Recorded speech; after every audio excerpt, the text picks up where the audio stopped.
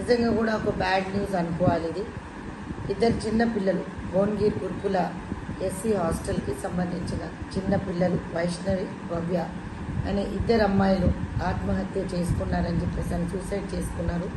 Suicide note పెట్టారని చెప్పి మాకు తెలిసింది. చాలా దురదృష్టకరమైన సంఘటన.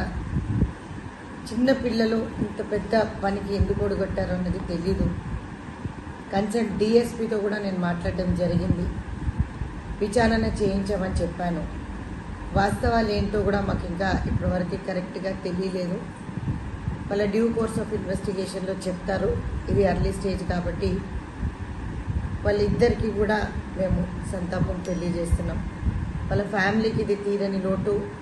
అమ్మాయిలందరికీ కూడా చిన్నపిల్లలందరికీ కూడా నేను ఒకే మాట చెప్తాను, ధైర్యంగా ఉండాలి.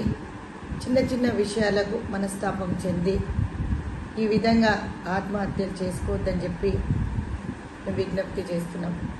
ఒక తల్లిగా పిల్లల మనసు చాలా మృదువై ఉంటుంది, ఆడపిల్లలంటే ఇంకా మృదువుగా ఉంటుంది. సో ఈ సంఘటనకు తీవ్ర దిగ్భ్రాంతి తెలియజేస్తూ మహిళా కాంగ్రెస్ అంతా కూడా 2 నిమిషాలు మౌనం పాటించింది.